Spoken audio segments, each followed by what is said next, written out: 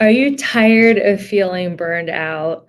I know I used to feel burned out all the time. And then I discovered some tips, tools, and strategies to go from burned out to balanced, beautiful, and abundant. I will be sharing them on this show, as well as interviewing experts that are going to help you transform from exhausted to energized and stressed out to serene. If you're ready to break free from the burnout for good, let's jump into the show. Hello, everyone. Welcome to the Balanced, Beautiful, and Abundant podcast. I'm your host, Rebecca Whitman, helping you go from burned out to balanced, beautiful, and abundant. We have a great guest here today. Her name is Ricki McKenna. Welcome to the show, Ricki. Thank you very much, Rebecca. How are you? I'm doing great. I want to tell my audience a little bit about you. Ricki is a functional certified nutritionist. She has been in this field for 25 years, and she is on a mission to revolutionize health and wellness through the power of food. So, Ricki, how did you get to be on this path? Were you always into health and wellness, or did something happen to cause you to go this route? It's a combination of the two. I've always been athletic. Mm-hmm. And so, in order to participate in athletics, you have to be in good health, really. Yeah. And you have to be in pretty good shape. And it keeps you, they work wonderfully together, keep you in good shape. And I've always loved to cook. I've always fiddled around in the kitchen. And actually, my late husband liked to cook, and both of my children are chefs. Not not Wow. not well, one of them is actually a trained chef, but more by avocation than um, that's what they do all the time. But I figure when you can cook for 30 people a Thanksgiving meal, you're pretty much a chef. You're not just a Yeah. cook. And my daughter's done that numerous times, and so has my son, and so have I. So I started in the nutrition field in '99 and took that into people talk about what you should eat and how you should do this and what you shouldn't eat, that whole 9 yards of things. And I realized there's a lot of myths out there. And also that people need to be educated to understand that they need to be not, they don't need to be afraid of food. And one thing that a lot of the nutritionists and dietitians and so forth were telling people was not just they don't told them not what not to eat and then said go find something else to eat. And you've got to teach people and give them the idea of what they can eat and how to prepare it. And that's where I step in. How to prepare it, how to store it, what to buy for your individual needs.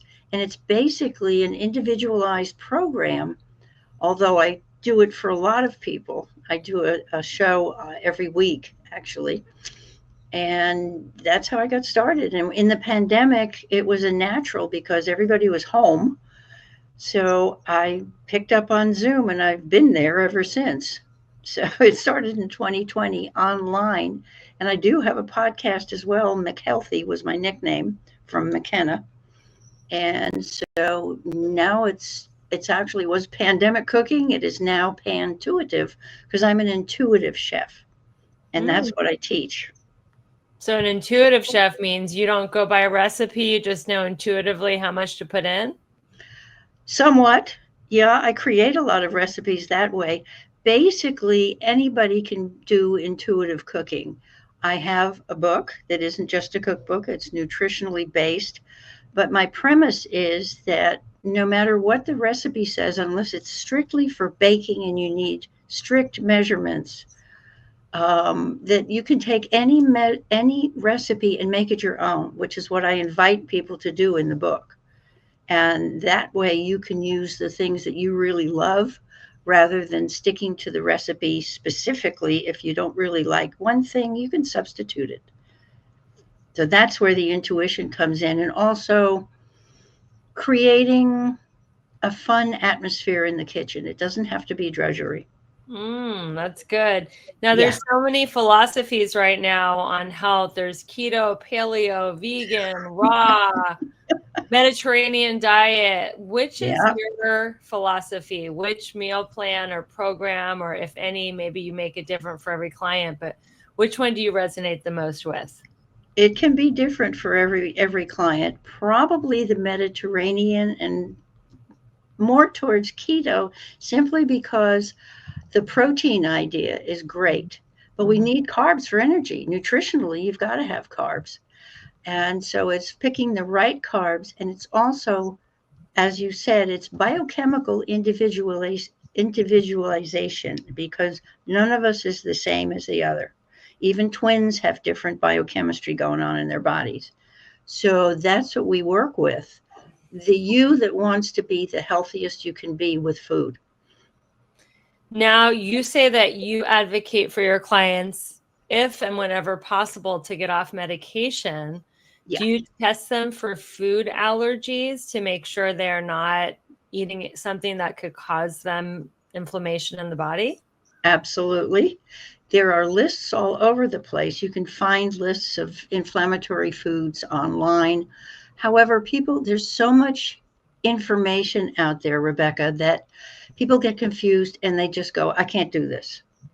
And it's a matter of, yes, you can do this if you break it down to what's digestible for you, literally and figuratively. And if that's where I come in as a coach and help them work with what's really working for you. Also, I don't take anybody off medication. I can't do that. I'd lose my license. Mhm. You check with your physician first. I mean, there are certain things that will help bring your A1C down, which is your glucose marker. And there are Like certain what? Like things. what? Tell us. A lot of people are struggling with prediabetes, including me. Yes. My A1C has gotten as high as 5.8. So tell me what are some good tips to lower that A1C? I'm Okay. all ears. Number one, high fiber foods. Okay. And one of my favorite, well, high fiber fruits and vegetables, basically, vegetables a lot.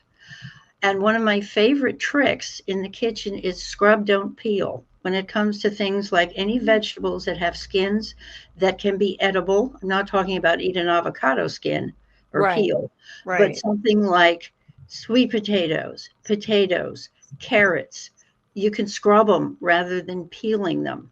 And, Mm. and a whole variety of other things, turnips, beets, you're missing out on a lot of the minerals and vitamins that are in the skins and the fiber.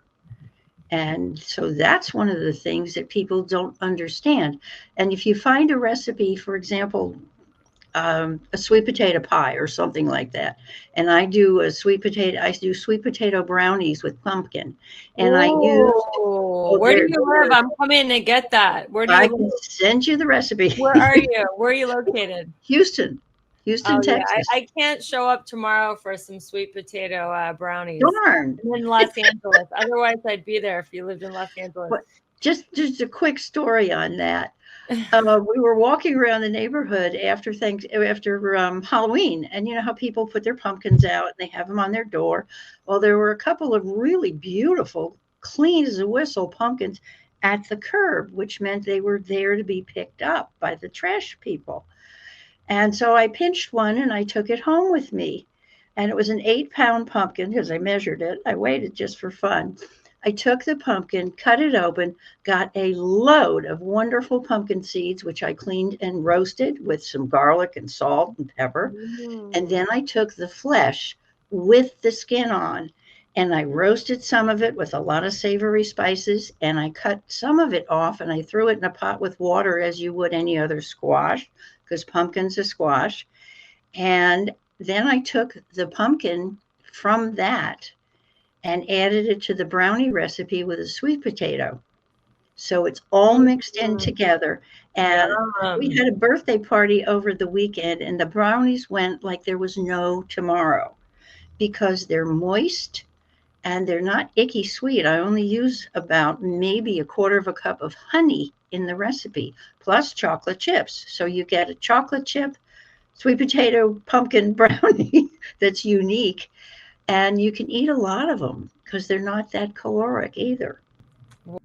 Are you tired of endless diets and frustrating results? I know I was, and I didn't want to count calories, count macros, and I definitely didn't want to jab myself in the stomach with a needle to get the benefits of GLP-1. I'm so grateful I discovered the body transformation system. I have been on this easy to follow supplement program for a month, and I cannot even believe it. I went from 25% to 17% body fat. I haven't been under 20% body fat in my entire adult life. What I love about this system is it's all natural. It helps you regulate appetite, boost your metabolism, and burn fat. No chemicals, no needles, no harsh stimulants, no side effects, just results. All you have to do is go to the show notes to grab your sample. I can't wait for you to get the same results that I'm getting, and let's get lean and strong together. See you back in the show. Wow, that sounds amazing. So keep going That's on how do we lower our blood sugar other than high okay. fiber?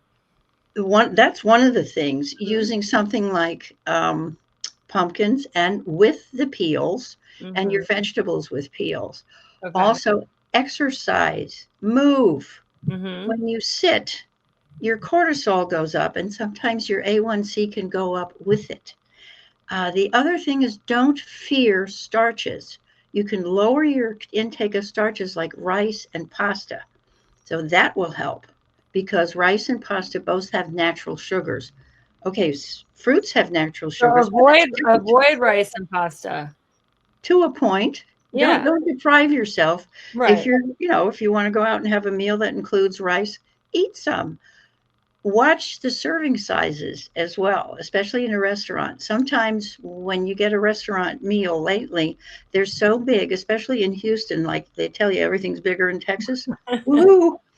Uh, it's like three meals in one. So some of it comes home, Portion and control is so portion important. control. Exactly. Now, Yes. are you more an advocate for brown or white rice? Which is healthier? That's interesting. There's a controversy I going know. on with, yeah.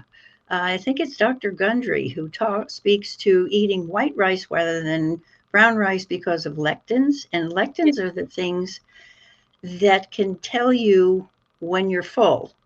They're Mm-hmm. also something that we haven't evolved completely in the last however million years we're on Earth. Um, enough, our digestive systems have not evolved enough to actually digest a lot of them. You can put some things in a pressure cooker, some vegetables and fruits in a pressure cooker, to help dissolve or dissipate the lectins, to make them absorbable. But other than that, I would stick to fruits and vegetables that you know work for you. And if you're feeling well and your digestive system is working well, which means you're probably pooping more than once a day, then you're doing well. And if you can't figure that out, you can call me. Now, are you a believer of eating 4 to 6 mini meals a day or 3 meals a day in intermittent fasting? That's a very interesting question. I've tried both of those things. I like the intermittent fasting idea because it gives me my morning clear, and it allows me to eat up until about 7, 8 o'clock in the evening, and then have a cup of tea or actually some nuts before I decide to go to bed, just a small handful of nuts. And then I'm clear. I do get up and I'll have water. Please drink more water. No matter how much you're drinking, you can probably always drink more. That helps. That helps cleanse your body and set it up for your being able to eat more. As far as back to the keto and the paleo and that kind of thing, I think a combination, if you're confused, the Mediterranean diet is probably the most practical, and it's high in fruits and vegetables. It does include meats, but a lot of fish, and Yeah. I'm an advocate for that. The combo of paleo and keto that works for you, it's got to be individualized, is also kind of logical. And I'm a Virgo, so I'm kind of logical. It's really what works for you, and it's an experiment. My only dictate about that is please use fresh. Fresh is first. Fresh And first. I like that. absolutely. And food first. I wrote a column for years up in Colorado entitled Food First. Read labels. If I could tell anybody one hint as far as if they're buying packaged foods, read labels. Please, if you can't figure out what's in there, don't buy it. Put If your you roller can't skates. pronounce it, don't buy it, right? Right. Put your skates on and go around the perimeter for all the fresh foods. Yes, absolutely. What are the supplements that we should all be taking? First of all, back to what you asked about testing. You can test for your supplements by finding out from your doctor what are the levels of your different supplements in your system. For Right. example, vitamin C, vitamin A, vitamin D, particularly, which is one that people are usually low on because we've been in the house so long, we don't get enough sunshine. But also some of the foods we don't eat, like mushrooms that have D. The other thing is test for allergies or sensitivities and be mindful of that when you're shopping. Of course, most people are. But again, read the labels because I have a friend who actually regurgitated her beautiful appetizer on the first date with a guy Wow. that she was crazy about because nobody in the restaurant, like the server, said there are mushrooms, there are this, that, and the other thing. And she's deathly allergic to mushrooms. So be careful in restaurants and ask what's in something. If it's a lovely special, find out what's in it. Great advice. So, are there any vitamins or supplements that you think most people are deficient in or should be on? D and magnesium, probably, for two Hmm. things. And you've got the thing is, have your doctor do the testing for the vitamins, deficiencies or overabundance. I have one client who just every time something new comes down the pike, he decides to try it. And I keep telling him, stop doing that. You're throwing yourself out of balance.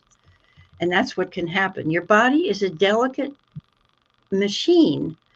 It's an incredible miracle, but you have to keep it in balance. If I ever get a tattoo, it's going to be the yin yang symbol for balance, on my forehead, because that's the most important thing. So, as far as the vitamins and minerals, it can't hurt you to take a little extra C every day, Hmm. especially for boosting your immune system. Vitamin D, B plus, and I mean, by B plus, I mean there's a whole complement of vitamins from B1 to B12, and there's actually a B13, which got a new name for something. But have your body tested for that. Do a blood test for it, Hmm. and I think also a saliva test. And it's not difficult at all. And once you find out, make sure that the supplements that you get are from a reputable company. I ran a supplement department in a large store once where we had everything from cheap stuff, which I called leave it there, and the more expensive vitamins that were actually made with integrity that actually had what was said on the label. So you have to be very careful. And I don't want to mention any names online, but I use some vitamins that can't be purchased in most stores. They're for medical professionals and for nutritional professionals. So I recommend those. But in the stores, there are several which I would recommend. So if anyone's interested in that, I'm happy to answer their questions. If you had a billboard on the side of the road, Ricki, and it could say your philosophy of life in one sentence, what would it say? That's a tough one. Probably you're an individual.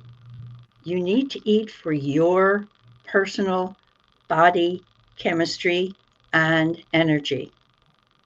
Beautiful. How can people stay in touch with you? Well, I am on Facebook. It's Ricki McKenna, and I think it has Ricki McKenna food for thought. That is what is usually it's on my logo. I am on Patreon. There's a membership site that gets all my recipes after I do each of my classes online. My website is rickiskitchen.net. RICKIS kitchen.net, one word. And there's a schedule on there, a weekly schedule for shows every week. And they're on Thursdays, 11 a.m. Central. Perfect. Well, Ricki, thank you so much for being on the show. And everyone, you have been listening to the Balanced, Beautiful, and Abundant show. I'm your host, Rebecca Whitman, taking you from burned out to balanced, beautiful, and abundant. And until we meet again, keep your vibe high and magnetize. Bye, everyone. Thank you. Thank you for listening to another amazing episode of the Balanced, Beautiful, and Abundant show. I hope you found great advice and actionable tips. Don't forget to share this episode with a friend. And if you loved it, rate, review, and subscribe. We are so excited to watch you transform from burned out to blissed out as you continue with us on this transformation journey. Until next time, keep your vibe high and magnetize. Imagine looking back at the end of 2025 and saying the best decision I ever made in the entire year was going to the Mindset Manifestation Retreat in Playa del Carmen, Mexico with Rebecca. Not only will we set intentions, goals, and strategies for your new year, we will give you 21 customized affirmations, a vision board, a power word, a playlist, and every tool you need to get all 7 pillars of your life to a level 10 and to crush your goals in 2025. In addition to all the goal setting and masterminding, you'll get to relax in a luxury spa, do yoga, and have a sound bath, all at a beautiful retreat, an amazing Playa del Carmen, Mexico.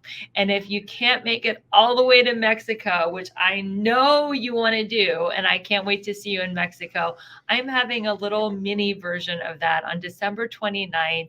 It is a free training I do every year for my community called the New Year, New You workshop, where you will get 21 customized affirmations to make sure that 2025 is your best year ever.